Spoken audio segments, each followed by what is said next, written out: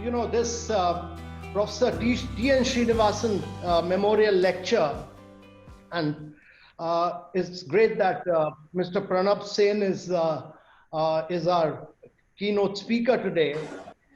Professor T.N. Srinivasan, popularly known as T.N., was a very highly gifted and accomplished world-class economist with very wide interests in analytical and public policy issues. And he was also deeply attached to India and had earlier worked with the earlier Planning Commission in the Perspective Planning Division. His very wide array of contribution included protectionism, foreign aid, basic needs, and human development index. And today's lecture by Mr. Pronab Sen, who's himself such a distinguished person and who has played such a critical role in the evolution and growth and development of the Planning Commission itself. There could not have been a better speaker than Mr. Pronab Sen. Data in Corona times is very critical because, we do a program called the Aspirational Districts of India. It covers the most backward districts of India. We don't call them backward, we call them aspirational districts. But across 49 indicators, we track data on a real-time basis, and we actually rank these districts on their performance on each one of these indicators. And actually, the district collectors compete with each other on this. And our experience has been that data, and especially data on a real-time basis, is very, very critical. I've been working on this for about last year and a half, and my experience is that real-time data is really the key. In Corona times, this becomes even more important because this whole aspect of ramping, to my belief is that it'll be very difficult to handle COVID-19 without a huge amount of increased testing, without ramping up testing, and without contact tracing. And our experience is we've actually this Arogya Setu app, which was developed in NITI Aayog here, and then it has been used to detect hotspots and device containment strategy across the country. The app was conceptualized and developed with the private sector in India, but the basic intention throughout was that we use data science and we track contact tracing in a big way. And a lot of data has also been used in managing reopening of economy. Over half the cases today are from 5 cities, and 63% of cases are from 15 districts. And insights from cases have allowed for selective reopening of the economy post-lockdown. Data and its potential in the post-pandemic world is critical because cost of data in India today, and especially because we've spread out through mobile telephony, the cost of data is one of the lowest globally in India. We have over 1 billion mobile subscribers with over 500 million smartphone users. This provides a very rich availability of data. And there is a very tremendous potential for technologies like artificial intelligence, which are expected to give a huge, as we use AI and machine learning, they will give you a very good insight in many of these challenges which India is confronted with. Various PPP data initiatives are presently being undertaken. We are working on a unified logistic interface platform where data analytics and AI will be used for smart routing and forecasting to provide greater visibility of shipments and to bring down the cost of logistic India. There are other initiatives like AgriStack, National Digital Health Mission. They will all provide data sharing and interoperability framework to open up the potential of agriculture and health sector. NITI Aayog itself is working on the National Data and Analytics Platform, which will democratize data across the government and put out data. There's a lot of huge amount of data which is available, but we should be able to put it out and before academicians, before researchers in a very user-friendly manner. There is a challenge in data availability. Most of the modeling being done by research community in India is from data from international aggregators or crowdsourced platform. This leads to a difference in projections, and therefore the government needs to actively share standardized data with transparency of definitions and also other metadata to build increased coherence in the model predictions. I am a great believer that government should actively be putting out data before the public and before academicians, and that is the only way we'll be able to take the right policy decisions. And some states are doing well in this regard. During COVID-19, I've seen Karnataka share contact tracing information. Kerala has shared demographic information, and this has made it easier to target vulnerable population and plan containment strategies. Data today is being currently shared by many states in HTML, PDF, and sharing data in machine readable format actually is critical because it will reduce time taken in data sourcing for the research community. Ladies and gentlemen, I'm truly delighted to be a part of this, and I look forward to hearing Mr. Pronab Sen. I've been his long-term admirer. His work is very, very notable as far as Planning Commission is concerned, and as far as the Department of Statistics is concerned. He's left huge imprints in Government of India, and I look forward to hearing his views. Thank you very much, ladies and gentlemen. Mukul, Pranab. Thank you, Amitabh. Let me begin by saying how honored I am to have been asked to deliver the second TN Srinivasan Memorial Lecture. TN was a person with whom my relationship started off on a rather sour note. It happened when I was doing my PhD, and my last chapter, which was the empirical chapter, was essentially looking at the 1966 devaluation in India. And it's, at that time, the seminal work on that subject was the book by Bhagwati and Srinivasan. And my chapter essentially was tearing their analysis apart. Now, it just so happened that my PhD supervisor, Professor Bella Balasa, was a close friend of TN's, and he sent him the draft chapter. And then over the next couple of months, we had some very acrimonious exchange over correspondence. And this, remember, is pre-email days. Nevertheless, the PhD did get through, so it couldn't have been quite as bad as TN made it out to be.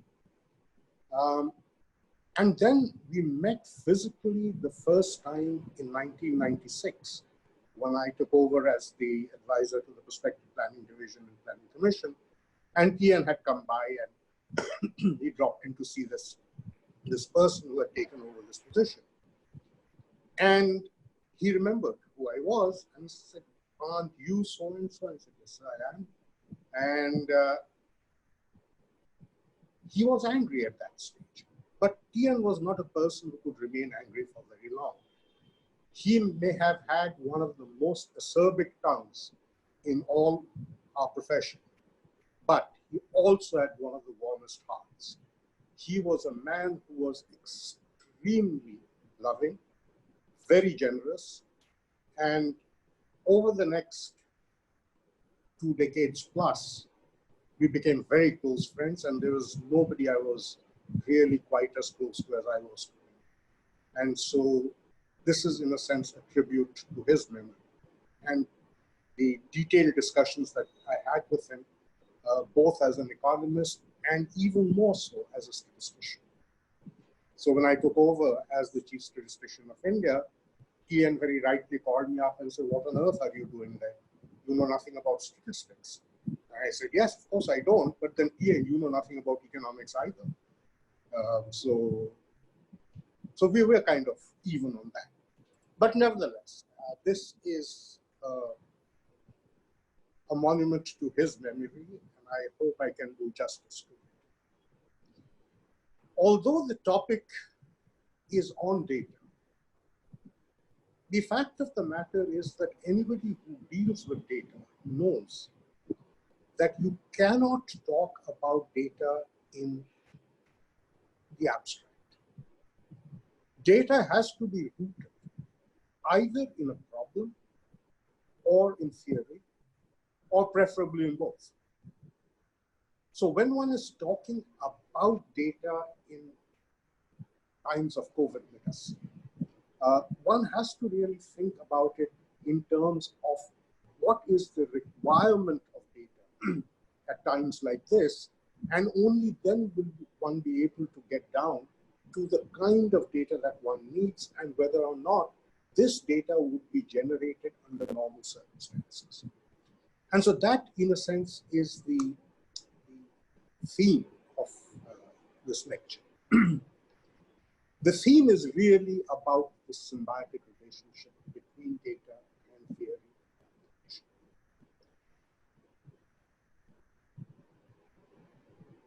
As far as data itself is concerned, I think people make the error of thinking that data is just a set of numbers.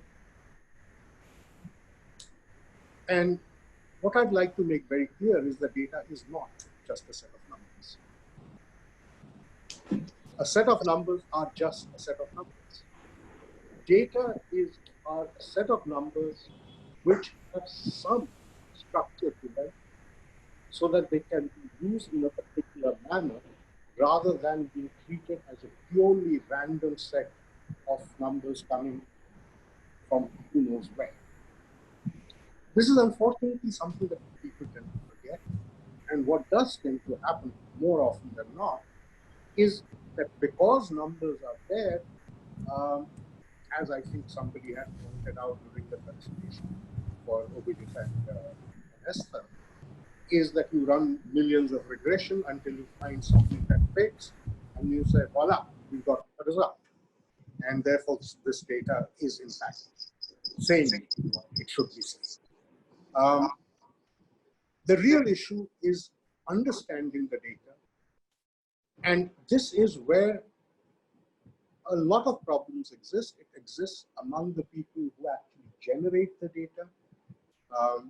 So for instance, if you look at the kind of metadata that exists, even in India, and India is one of the better ones, the metadata leaves much to be desired because it gives you a very basic feel for what the data is meant to do and what it is capturing. And that, frankly, is simply not good enough. There are three kinds of data that one really needs to think about. Because, again, the data emanates from the need and the use to which it is being put. The first, of course, is that it's required for certain very specific public purposes. So for instance, in the Indian case, a lot of the data, indeed the bulk of the data that we have generated over time, have been essentially for two purposes. One is to construct the national income accounts, and the second is to be able to do planning.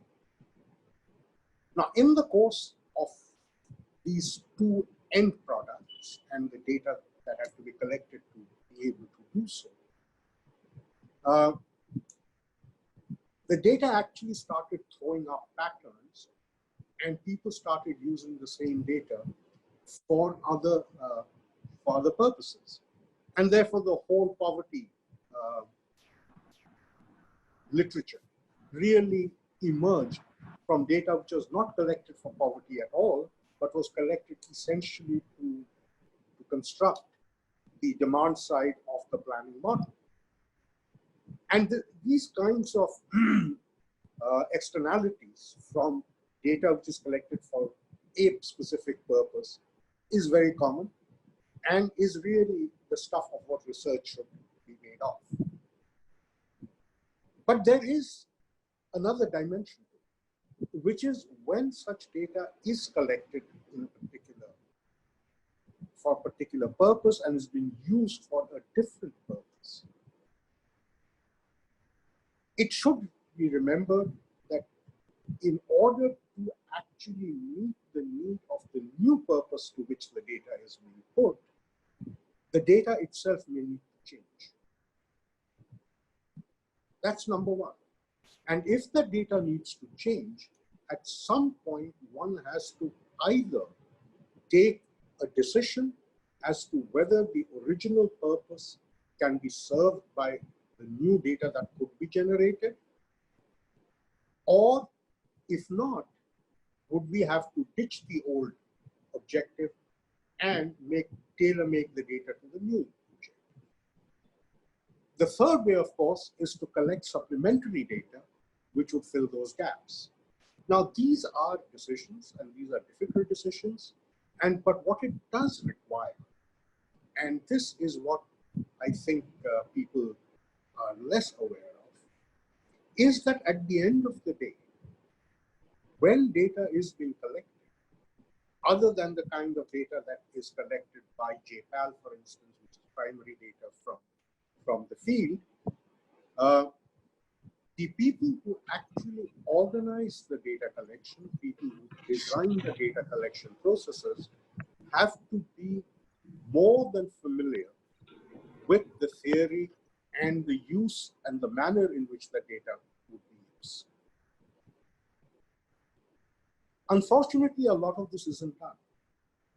Having spent a fair amount of time now, nearly a decade, being at the head of the statistical system in India, it was fairly apparent that the degree of communication between the data users and the data generators was less than adequate.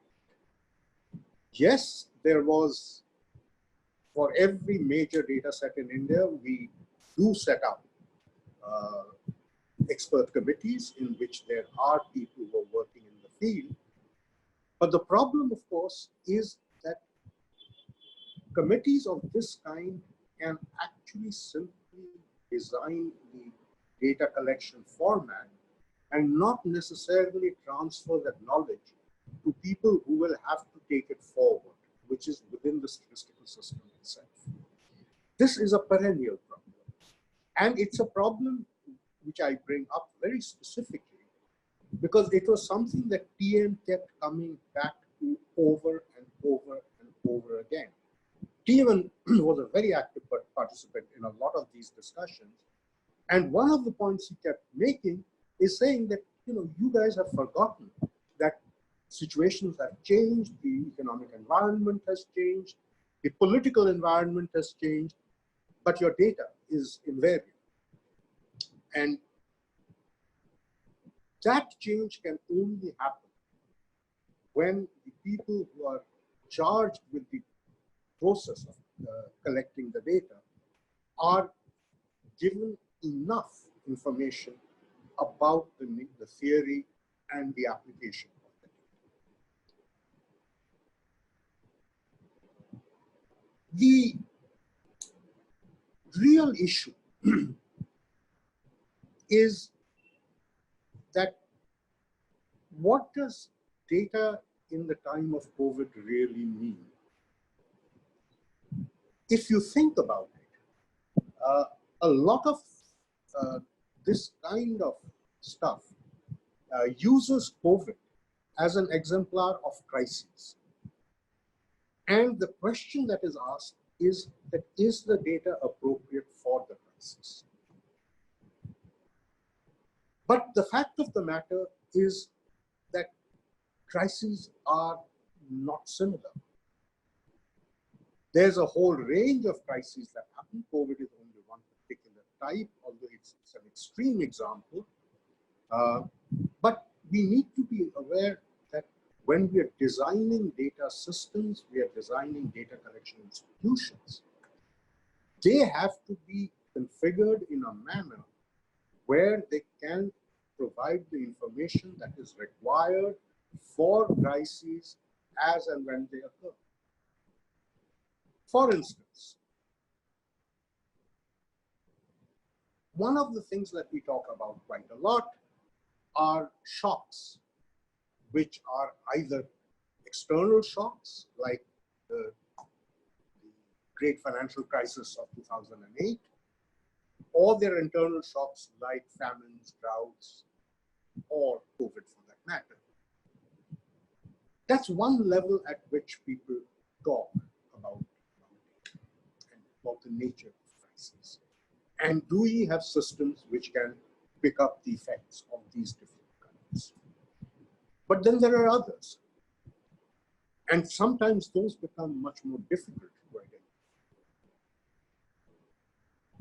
Again, the obvious one is the nature of the shock. I mean, is the shock coming from the demand side or is the shock coming from the supply side? Because it does make a difference. There is a feeling that, you know, at the end of the day, a supply shock will eventually morph into a demand problem. And therefore, we can ignore the supply part of it in its entirety and just focus on the demand component. That is simply wrong. So it is important to be able to identify the nature of the shock and the consequences. And this is where the real development of data systems becomes important. And I'll come to that. So, third issue is the degree of uncertainty. There are some shocks where the uncertainty is actually quite low. So if you think about things like monsoon failures or floods or major earthquake, they're almost one-off events and they rarely have lingering effects. You can actually measure it quite precisely and you can actually predict what will happen down the road. There are other shocks where the degrees of uncertainty are very large. COVID is an exemplar of that. So the uncertainty that COVID faces us with today is that the progress of the economy is linked to the progress of the disease, about which we know very little. So we had a 40-day period of lockdown, then we started to unlock, but various states started locking down. So what we have is a country in which bits and pieces of the country are at various stages of lockdown. And therefore, the nature of the economic problem that one is facing is changing, and it's changing very fast. Now, with these kinds of uncertainty, the data collection system has to be able to address it. And that, again, is something we will talk about. But let's get to, I think, something which is a little more fundamental, because I think this really arises from the nature of discourse that we are seeing in the country. The first is, what is the data on which we should be focusing? There is, for some reason, an undue focus on the growth rates that one is seeing. The fact of the matter is growth rates are certainly important, but what is happening to levels sometimes is far, far more important. And one may say that, you know, but growth rates can always be used to recalculate what the levels are. But the fact of the matter is that the way one thinks about progress the dynamics of a system matters very much, whether you're using growth rates or you're using levels. The second is the ability to identify turning points. There is again, I think, a rather pervasive view that economic systems exhibit only single turning points. So you have a shock and the economy goes downwards, then you see a small turnaround, and then the economy just continues to grow from there on out. That's wrong. Economic systems quite often, indeed, maybe more often than not, display multiple turning points. And one should be able to not just measure, but should be able to accommodate multiple turning points when one is really looking at the relationship between data and policy.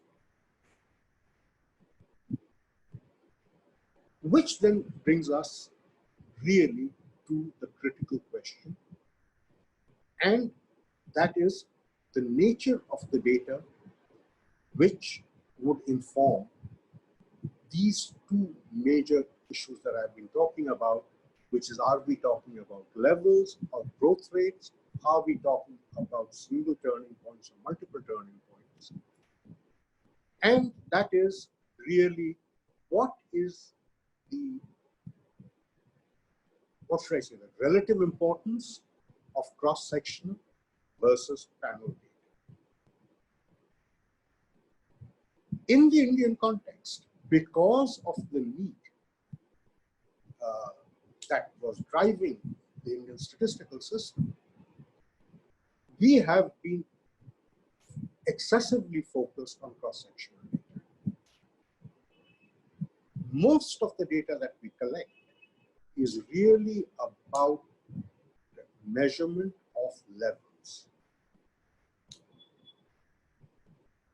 There are some non-cross-sectional data. Most of these really come from the various indices that we have, such as the wholesale price index, or the consumer price index, or the index of industrial production, and so on. These are actually panel data, although we don't describe them as such. The question is that, do we have the balance right, or do we have the balance wrong? Again, as I said, these are situational, but what a crisis does is it brings to fore the fact that situations can change very quickly. When the economy is on a trajectory with little ups and downs along the way, and you're essentially working towards planning for the future, proper cross-sectional data, measuring levels is really of the highest importance. But during times of crisis, levels are actually fundamentally unknown. What is important is the direction of change. How things are changing, and are we being able to pick it up properly? Which is why we are today in a position where, if you look at the numbers that are being used, are essentially of the few data points that we have available to us, which are really in the nature of facts. So we are looking at things like the IIP, we are looking at what's happening in the WPI, and so on and so on.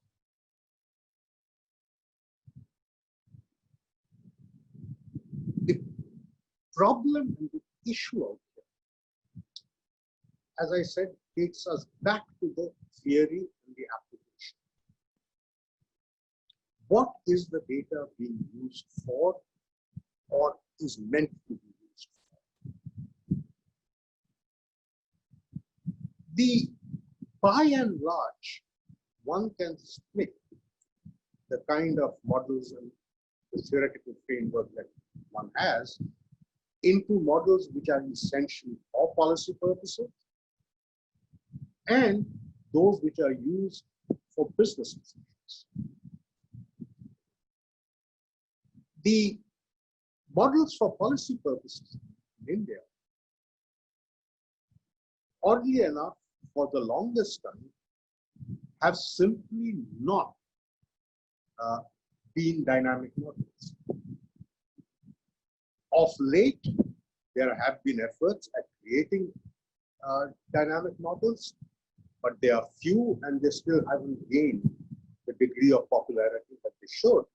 I think mainly because a lot of people simply don't understand what these models do. But the thing is that, as I said, that when you're in a crisis, what is really of help is a dynamic system. And in the absence of dynamic models or dynamic modelers or policymakers who want dynamic models, you will not get the data that will enable you to be able to create the information set that you need in terms of a crisis. That's where we seem to be at this particular point.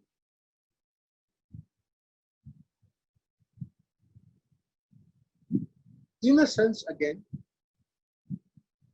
what has also happened is that when we talk about policy in particular and policy at times of crisis,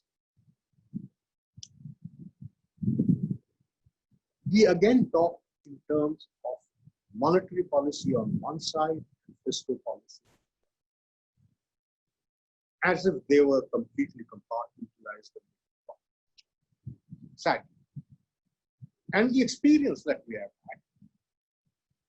had in terms of practically every crisis that I can think of over the last 30 years is that the response time in terms of monetary policy has been much, much faster than a fiscal policy.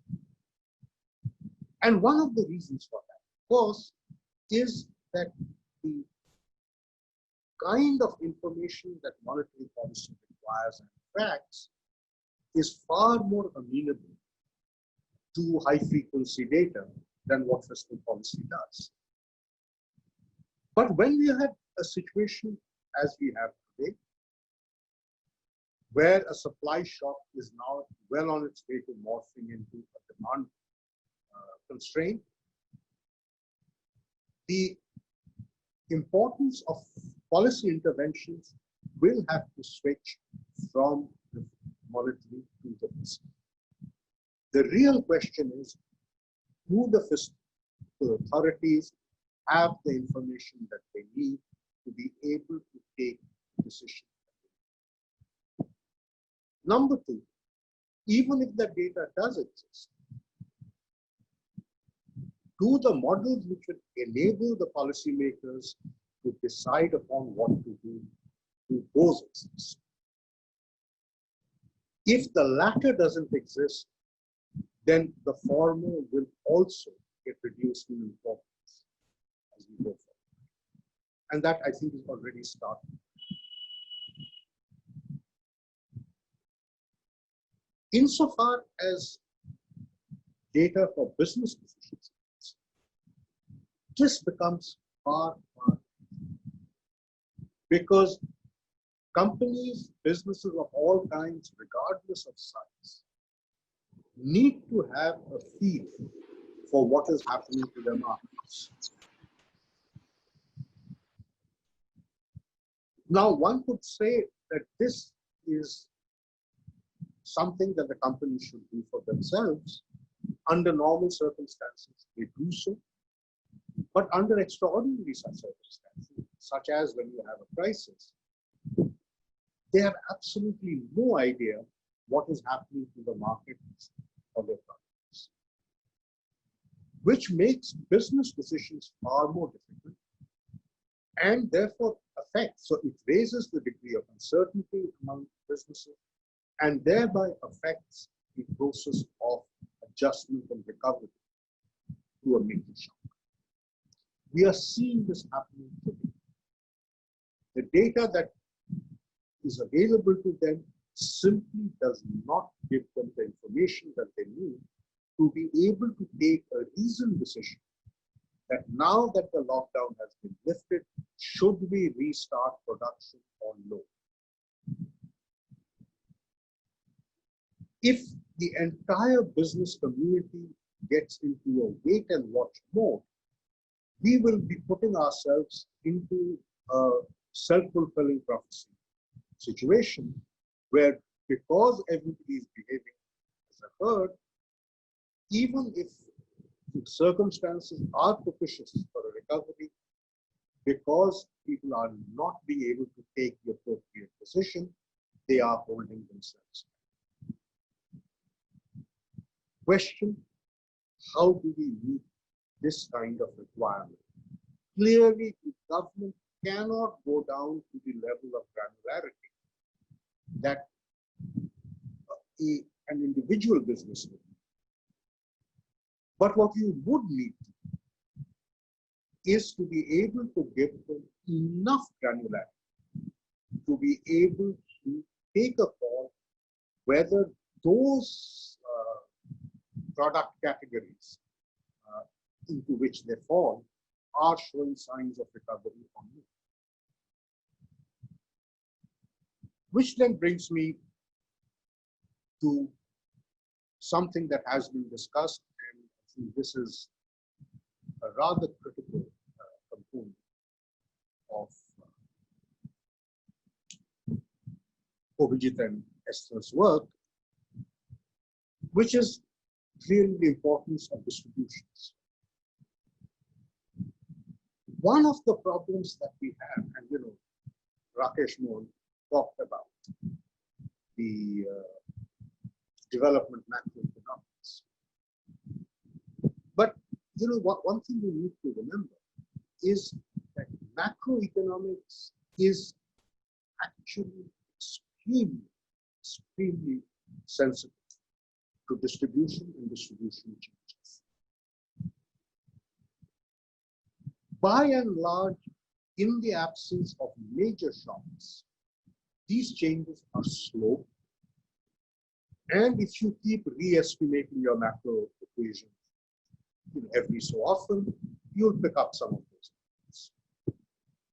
But during times of shock, these distributions can change very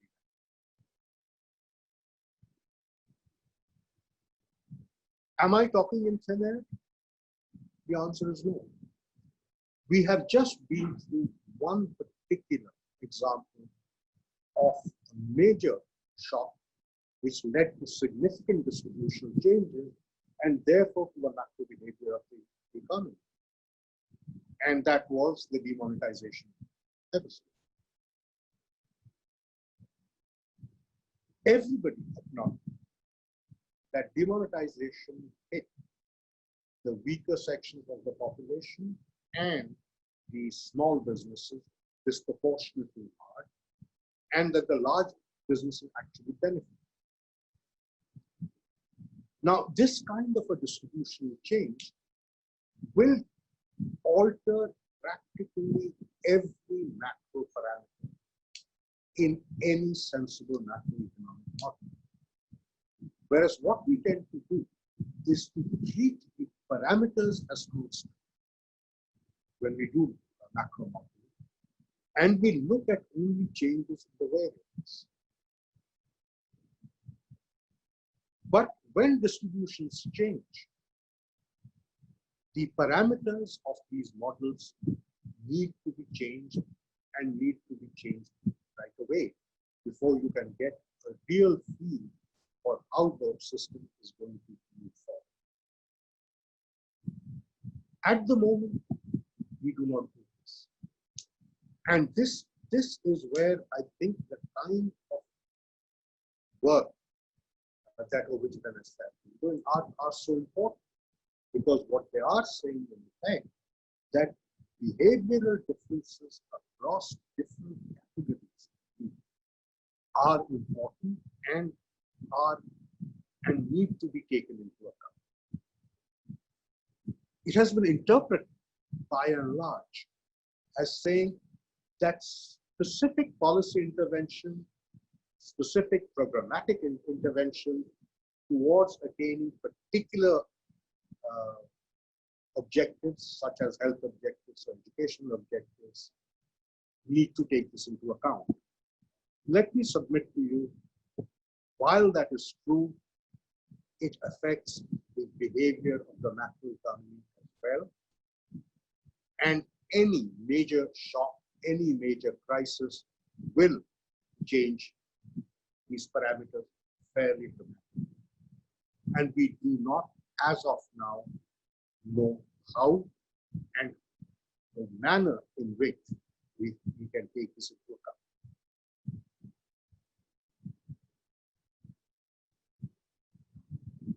The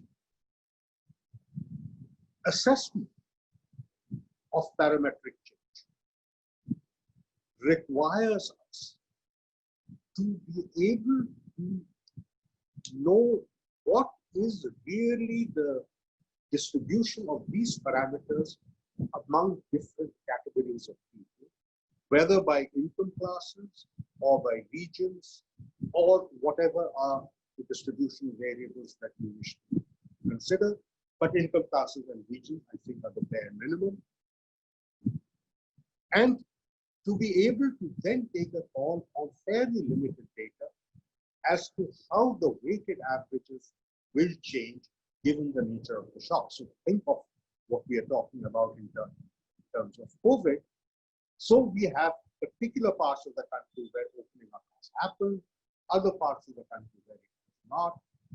Therefore, the aggregate overall weighted average is going to be very, very different than what it was in prior times, in normal times.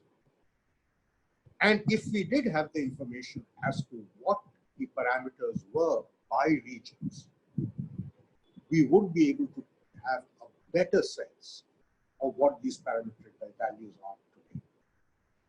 Similarly with distributions, with income distribution kinds of effects. Again, we know that because of the nature of the shock, because of the degree of staying power of different production systems, it is the small units, the micro and small units, who have been hit disproportionately hard. We know what the production contributions are, but we really have absolutely no idea as to what effect this is going to have on the consumption function. And the consumption function is at the heart of any macroeconomic model. Similarly, we really do not know how the investment demand function is going to change. Now, to be able to assess this, we need to go far deeper than we do so at present. It is not as if the data doesn't exist. And this really brings me to my final set of issues. The data does exist. It exists up to a point. But the fact of the matter is access to this data, or even the knowledge that the data exists, is simply not there. So if you really think, and by the way, this is not criticism, I've personally have been a party to it. If you really think about how the national income accounts are built up, there's a huge volume of data that goes out. It's collected and it is compiled. What most of us have access to is only the compiled version.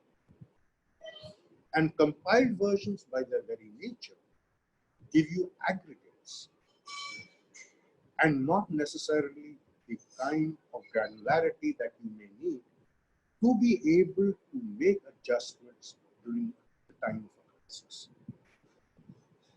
But the data is there. That's number one.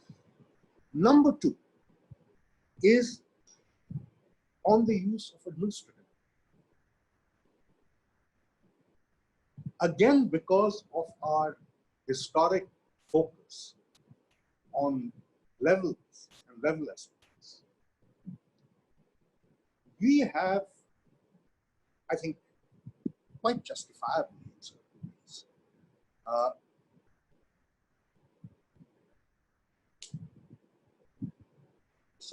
what should I say, decried the use of administrative data sets. And the reason is fairly clear. Most of these data sets are collected by government agencies for essentially monitoring and reporting purposes, and therefore are subject to very, very strong biases because of the fact that they are used as reporting devices and evaluation devices. So even the ministries who collect this data, they don't trust the data themselves. And more often than not, a lot of our survey work is done essentially to validate or invalidate, more often than not, the administrative data that is collected. But on the other hand, what we do forget is administrative data, for all its faults, all its incentive problems, administrative data is usually panel. Now, if we were only going to use the administrative data, not to say that 80% of India is covered by our health system, but if you can say that the number of people being covered by the health system has gone up by this percentage point, and just the change, the administrative data may actually be quite useful. But the point, of course, is that somebody needs to have worked on this before and to have established it. So we have been talking quite a bit about the use of administrative data for general statistical purposes.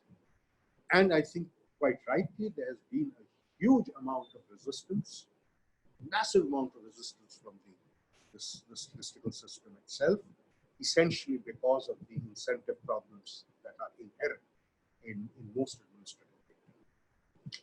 But this is a situation where we find that non-administrative data will simply not give us the information that we need to be able to react reasonably and efficiently and fast. We have to use administrative data. The point is, will we take this lesson to heart? Will we actually start working on seeing the degree to which administrative data allows us to measure change? Not to measure levels. I don't think it will ever allow you to do it.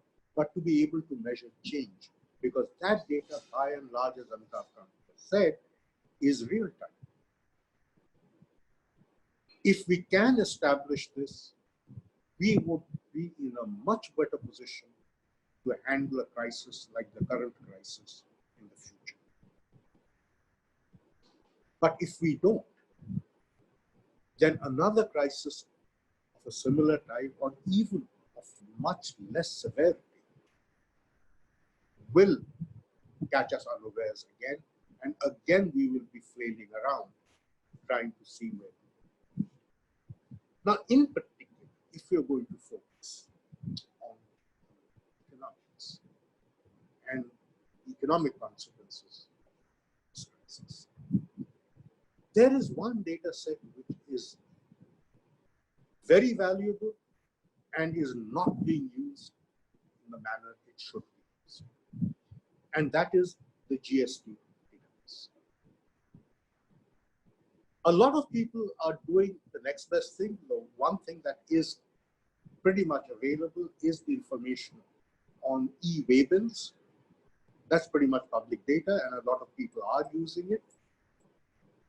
But the GST data itself gives you all the granularity you want. It is granular in terms of products and activities. It is granular in terms of geography. It is incomplete because there's a lot of things that are not covered.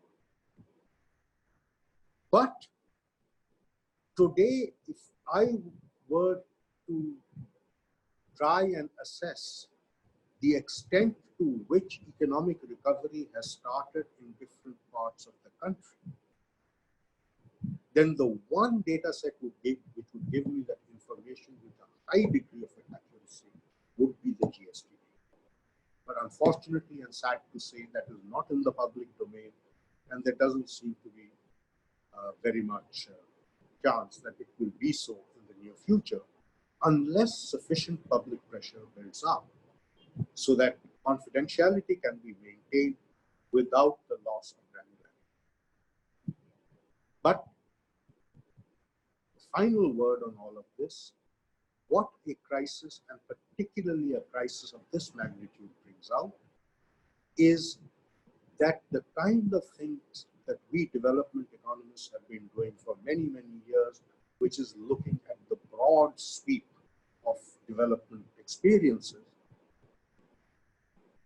is good, it's required, the theory is still not fully established, but developing countries which have low levels of resilience, low levels of being able to cope with crises, require data which will enable governments to take decisions on a here and now basis. And that, I would submit to you, would not be done through cross-sectional information. It will have to be panels. We will have to blend panels with cross-sectional data, and we will have to use administrative data much more rationally and much more thoroughly than we do so now. Thank you.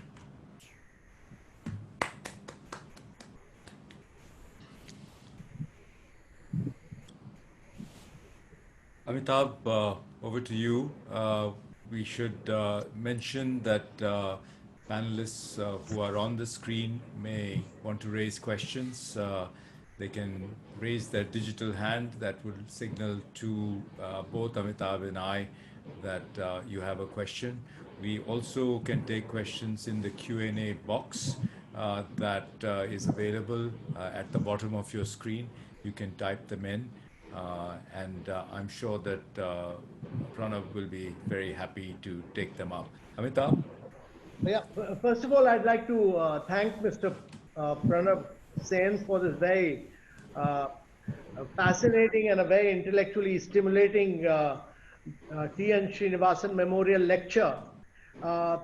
These are very challenging times, and a lecture on data in coronavirus times has, you know, he's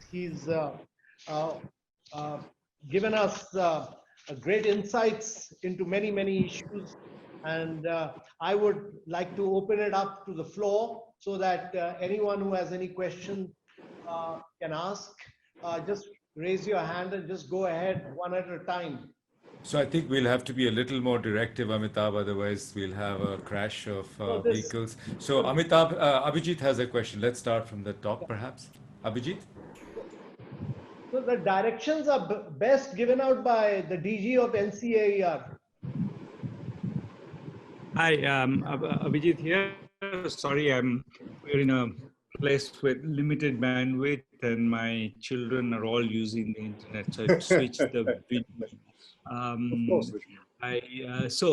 Thank you, Pranab, for that talk. I wanted to say something to reinforce what you said, which is, in fact, I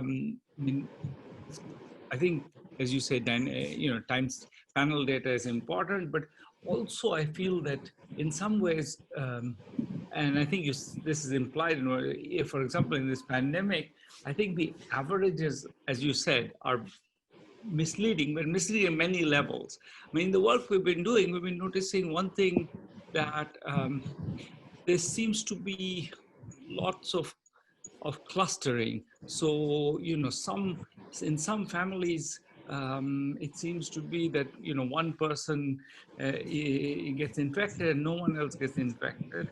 And in other families, everybody gets infected. And there seems to be just very different levels of infectiousness. That means that in particular, it's going to be, you know, that says a lot of, that then tells us a lot about, for example, the sampling strategies we'll have to take. If the data is very clustered, we're very easy to miss important clusters, because, you know, you go to one family and, you know, there's no one, another family, everyone's infected. So if the degree of clustering of the infection makes it, you know, how we design our, you know, the strategy of, you know, identifying and then isolating people will depend very much on, you know, how the data structure is. And I think we are there is this whole, I think, slightly misleading kind of epidemiological approach, which says the R was 2.2 or 2.3 or whatever. That's sort of beside the point. In a sense, it's very much about you know, you know, the distribution of outcomes, and, you know, how certain people who are much more infectious than others, and therefore we have to be mindful of that in designing the data collection systems. And I think that point, because otherwise we're just going to miss the big picture. The big picture is all about the diversity, and if we identifying the, you know, sources of infection is going to be very different if we have a kind of a everybody infects 2.2 people, or if some people infect 20 and most others infect 0, in fact, and which seems to be closer to the truth. So I just wanted to reinforce the general point you were making with that example. And I think that's the one that's going to be very important in how we think about the COVID response. And thank you.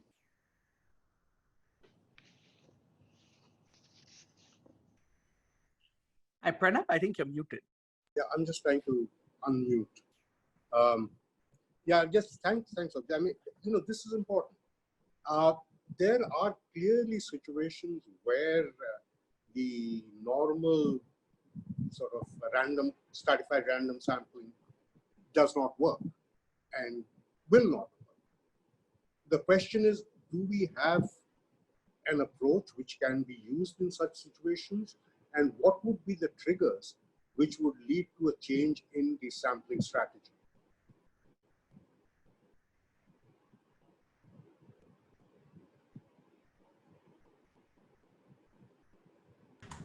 Agreed. But I think, I mean, I could go on a little bit about that, but I think the general point that we need to understand the underlying data structure is Yes, very indeed. important. Yeah, what absolutely. you were making. Amitabh, Rajneesh Mehra had a question, and I see his hand up as well. Rajneesh, I'll just be helping the chair in doing this. Pranab, you brought up a couple of very interesting points, but I wanted to follow up on one thing. This is one scenario where the difference between risk and uncertainty becomes very crucial. Yeah. You know, in a situation of risk, you have some underlying probability, etc. Because after all, you are looking at observations out of a stochastic process. And if you have no idea what the properties of this process are, it becomes very, very difficult. You are actually estimating it in real time. And there is a very interesting paper that I wanted to bring to your attention and the audience. It's by Raj Shetty. They have done it in real-time data and trying to see what the effect on private businesses and other things are. So data frequency could be very, very crucial when you have a distinction between risk and uncertainty. So that is one. I think you did allude to this at some stage. The other thing is that in such a situation, the data that you're going to get is not going to be invariant to the perceived policy.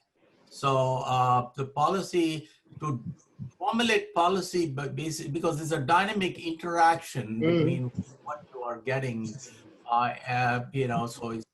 it's very important to see what would be some sort of a fixed point in policy space, which would be consistent on that. And I was just wondering if you had any. Yeah, no, I completely agree. You know, the thing is that as far as the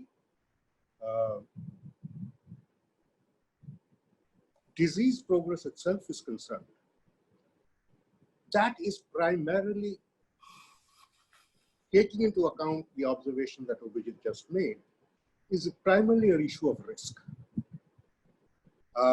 And the kind of decisions people are taking to actually mitigate risk. The kind of problem that companies are facing is a very high degree of uncertainty. And there is at the moment no data, there is no information that is available which would allow them to get some sense of the progress of that uncertainty. Is it going up? Is it going down? What is happening to it? Because in a sense, the nature of the uncertainty itself is changing over time. So when you had a national lockdown, there was no uncertainty. That was it. End of story. But now with the lockdown being lifted, but the disease progression continuing, uncertainty itself is becoming, if anything, larger. So how one handles this with data, I don't think it's possible. The risk part of it is what the epidemiologists are supposed to be doing, with again the reservations that we talked about, which I completely agree with. That is easier. One is starting to see that behaviorally in large parts of India. The way people behave is different from location to location, and therefore one would imagine that perceived risks are very different. The other part of it is absolutely correct, of course, which is that policy is going to determine the outcomes. The question, of course, is not just what policy, but even more important, when policy. At the moment, the sense I get is that insofar as the economy is concerned, the government is in a wait and watch mode. What it has done in effect is created enabling conditions for businesses to survive up to a point. But whether or not the economy itself will revive and the businesses will then come back into production is still not a decision that the government has taken. Now, a wait and watch mode, unfortunately, is a bad strategy in the current situation. Now, this is where data would have helped, but even more than data, I think the data, in a sense, does exist. But even more than the data is what is the kind of modeling and forecasting framework that the government uses. If you're going to wait for things to develop before taking steps, the degree of damage that could be caused to the economic system would be so large that it may be irreversible. So, you know, one can think about small firms being able to survive maybe 2 months, max 3 months. But if you're going to pull out the decision making for 6 months down the line, half of them will be dead. And so what you will be working with is an economy with half the capacity it had pre-COVID. So the speed with which decisions are taken may not be entirely right, may be incomplete in some manner, but speed is of the essence. Otherwise, you could be causing more damage than the crisis itself has caused. Thank you. With the chair's permission, can I continue asking the people who have raised their hand? I see that Vijay Joshi has his hand up, and then I think we have 2 other people who would also like to ask. Vijay? Can you hear me? Yeah, hi. Yes. Yeah, you made some very interesting remarks about monetary and fiscal policy, not all of which I could hear very well. But the thing about monetary policy is you're very right that the response time is faster because real-time information is more easily available quicker. But we also know that the transmission mechanism of monetary policy is weak. So the importance, I think you were saying fiscal policy is particularly important now. And one of the reasons I think it's important is the transmission mechanism of monetary policy is weak. And therefore, so it becomes critical, the data for fiscal policy. So I was hoping that you could just elaborate a little bit on what kind of data the fiscal authorities you think would benefit from having quicker, and what should be done about it. Okay. Vijay, let me first make, I think, a rather critical point. You know, we do talk about the weakness of monetary policy transmission. And this has been an issue for a while, saying that monetary policy transmission is very weak in India, it takes a lot of time. But I think, you know, a lot of the transmission process itself depends upon the nature of the fiscal stance. I mean, to believe that transmission is somehow completely independent of the fiscal position of the state, I think is completely wrong. The state is such an important player in the Indian economy. Private sector impulses will pick up on the cues that are given by the state through its fiscal action. So one of the things I would submit to you is weak transmission itself is partially an outcome of incomplete or improper fiscal measures. Now, as far as fiscal measures themselves are concerned, I think we need also to understand a couple of other things. First is, of course, that we can divide our fiscal measures into two very clear segments. One is transfers, direct transfers, and the other is public purchases of goods and services. Now, as far as direct transfers are concerned, they can be done very quickly. I mean, literally, if the government decides today, it can transfer a very large amount of funds into bank accounts of people within a very short period of time, maybe within a week. The problem, of course, is that may not actually be effective, because in a situation of high uncertainty, a lot of that may simply go into precautionary savings. The other way, which is direct public purchases of goods and services, like infrastructure spending and so on, that we talk about, has the unfortunate characteristic that given government processes, they take a lot of time. So that even if you state the intent to spend X amount today, the first paisa is unlikely to hit the ground for 4 to 5 months, which is why the urgency. At least start the process now, because if you're going to wait to see how the economy progresses before you start the process, then you would have missed the bus. So a certain leap of faith has to happen now. And that, as I said, can happen. The data will not be giving it to you, because the data will show what it is showing. You have to be able to have models that you have used and models that you can rely upon. There will be approximations, but those corrections can be done at a later stage, before the damage becomes too large. Mukul, we next have Pankaj Srivastav, who's the Deputy Director General in the Ministry of Statistics. Pankaj? Yes, sir. Thank you, sir. Good evening, sir. This is Pankaj Shrivastava, and sir, actually, yeah, so actually, I'm definitely it's a good thought about using administrative data for various purposes, and as Amitabh Kant sir is also saying that real-time analysis. So I would rather say go for transactional data as well. Very high volume, very high frequency data, what Grofers or what others are collecting.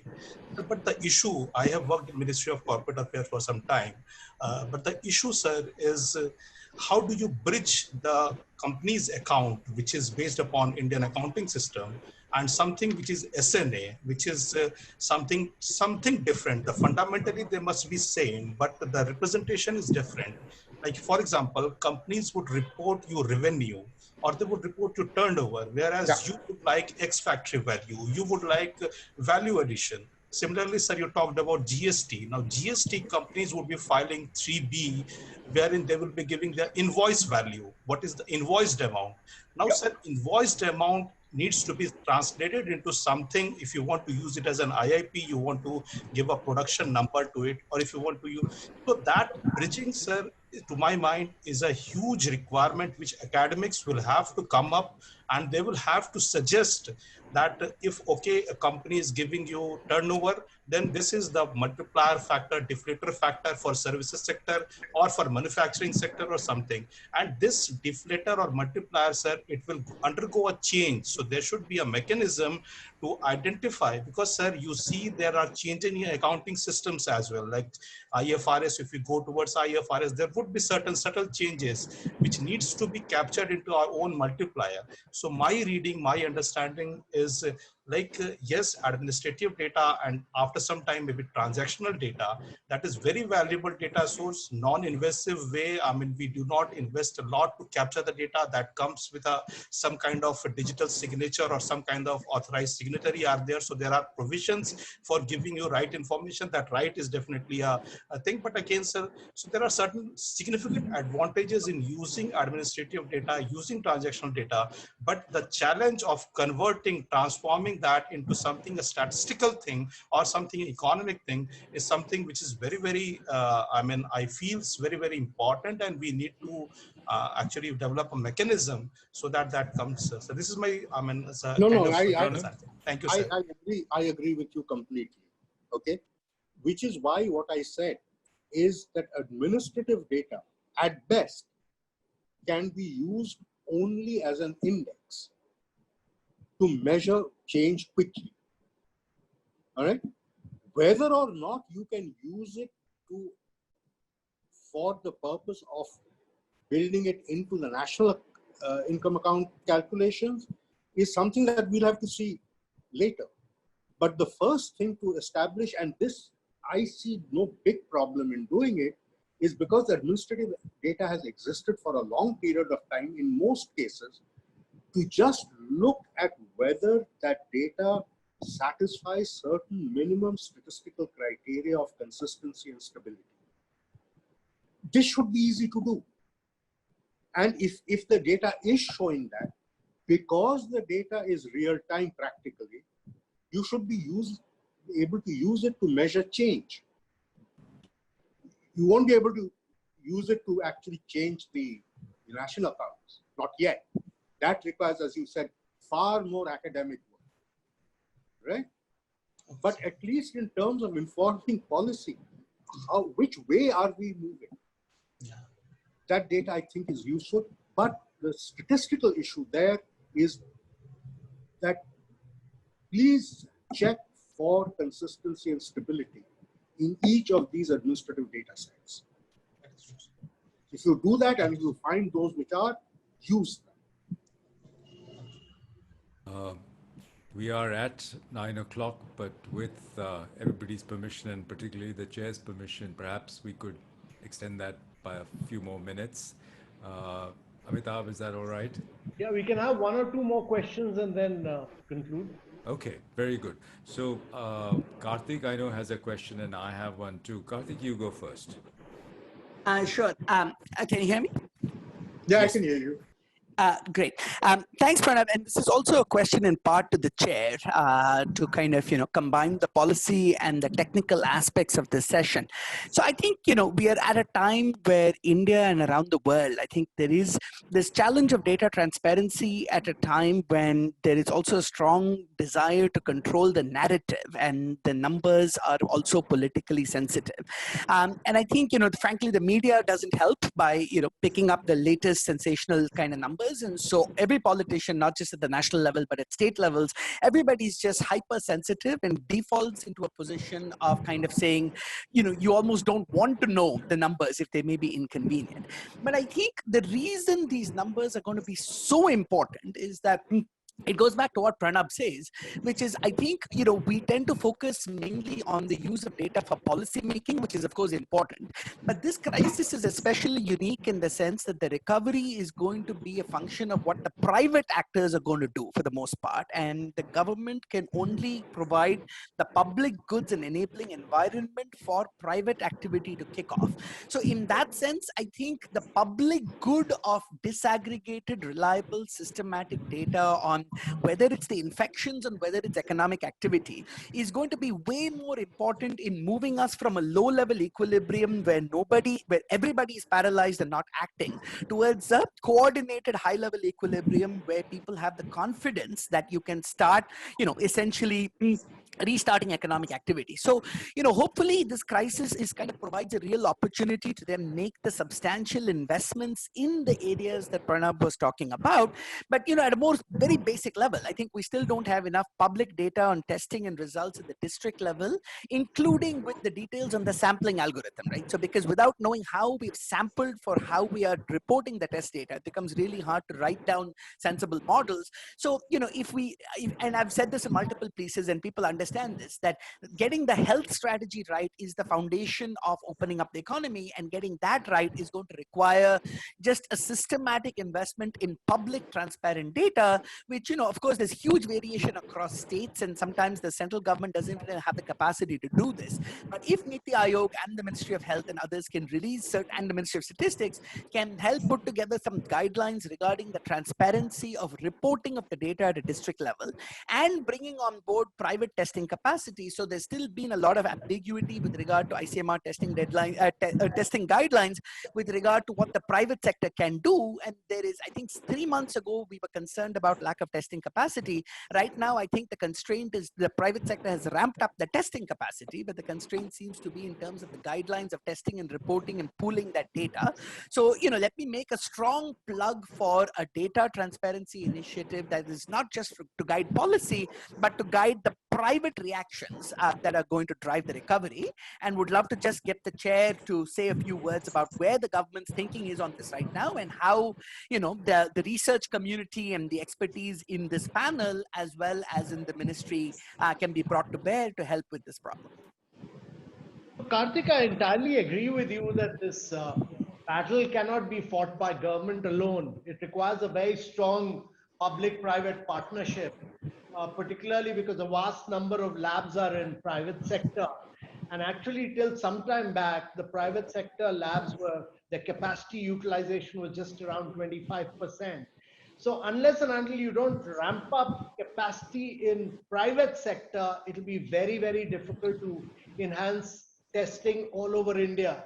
And if you look at Delhi, for instance, now, after the central government stepped in and started working in very close coordination with the Delhi government, actually testing has been ramped up very, very strongly. And that has led, because testing gives you really the way to do contact tracing. And that has now led to a decline in the total number of cases. So the solution, there is no other solution to this pandemic other than testing, and doing contact tracing. This is really the key to my mind, and this would require a very key partnership with the private sector. I'm a strong believer. I also believe my own experience with data all along my career, including ease of doing business, where we ranked states. We were doing ranking. We started this in GIPP when I was secretary. We started ranking on a real-time basis. We started putting out this ranking on a day-to-day basis. And I suddenly found states like Chhattisgarh and Jharkhand taking very radical measures. And while Gujarat and Andhra came 1 and 2, Jharkhand and Chhattisgarh jumped up 20 positions because they made radical changes on if the data is real time. And therefore, including aspirational districts, on all indicators, we are putting out data real time. And this is the only way to fuel change. If you want to be a catalyst of change, the only way is real time data, put it in public domain, rank states and districts, name and shame them.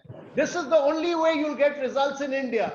Without this, you will not. And therefore, my strong belief is that as far as testing data is concerned, we should rank states not on the total number of cases. Because even now, if you go by per million, the total number of cases and the total number of deaths, India has done reasonably well.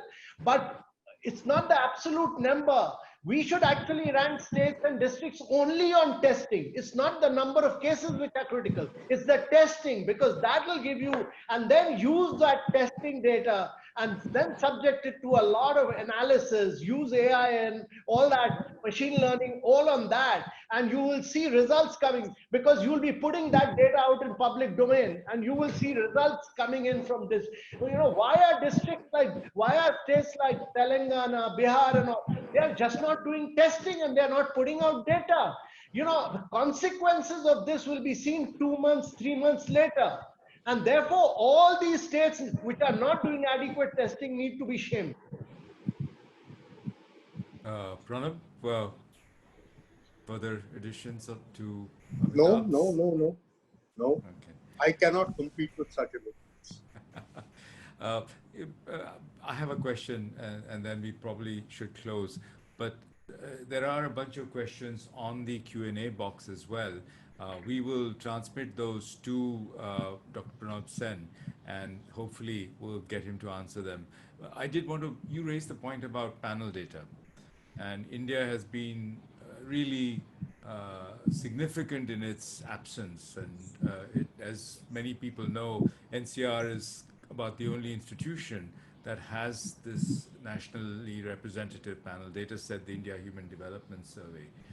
How can we, and this is a question also to Amitabh, because NITI is the think tank of the government, how can we create incentives for more panel data approaches that NSO and CSO can take?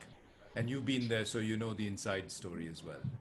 Look, Shekhar, let's be very clear. I think the national statistical system, because of the crisis, has really woken up to the need for having panel type systems in place.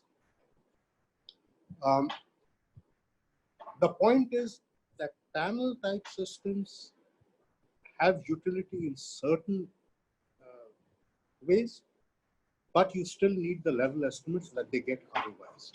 So you would have to actually marry them in some sense.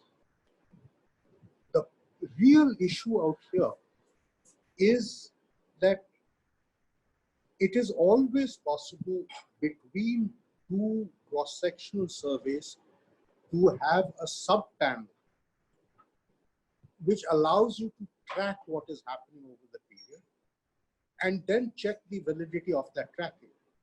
It is possible to think of these methods, but the long and short of it is that we are now in a situation where, if this happens again, the only method of data collection that will be available to us will be telephonic.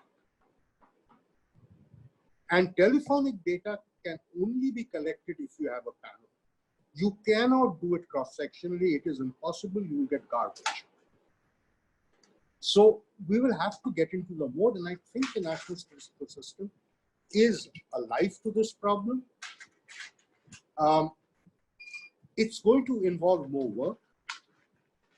It will also involve their cutting down on a certain number of variables that they are measuring.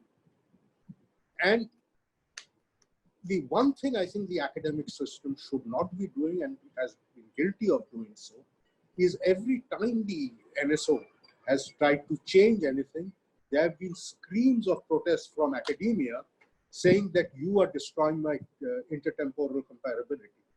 There are times when that has to happen. And I think we are there now. Okay.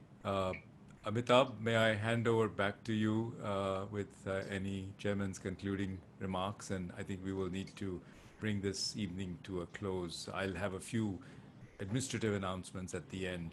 And of course, we all owe Professor Pronab Sen a great deal of gratitude for really driving so deep into the data issues. But to you, Amitabh, please. So I just wanted to thank, on behalf of everyone and NCR in particular, I just wanted to thank Dr. Pronab Sen for this very, very fascinating lecture. Data in crisis is very, very important. And as explained by him, both for recovery from COVID and also for economic recovery, data and its analysis will be very, very critical.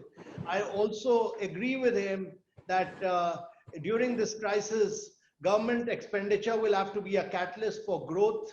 Government spending is crucial, will be crucial to offsetting the declines in consumption and investment, and also probably compensate for the huge amount of risk aversion in Indian banks. And Indian banks are at the moment investing more in repo rate. You know, there's and less of lending and more of investing, because there's almost 6 lakh crore with reverse repo operations. And therefore, my belief is that government will have to step in expenditure in a big way, and particularly to ensure direct benefit transfers, which I strongly feel we have built up the infrastructure and we should use it effectively. Because in some sectors, the crisis is going to continue. I mean, just to give you the example of travel and tourism sector, which has been very badly impacted, and which is a major job creator, the crisis is going to continue for a long time. And in many of these sectors, we need to use the DBT's infrastructure, which has already been built up.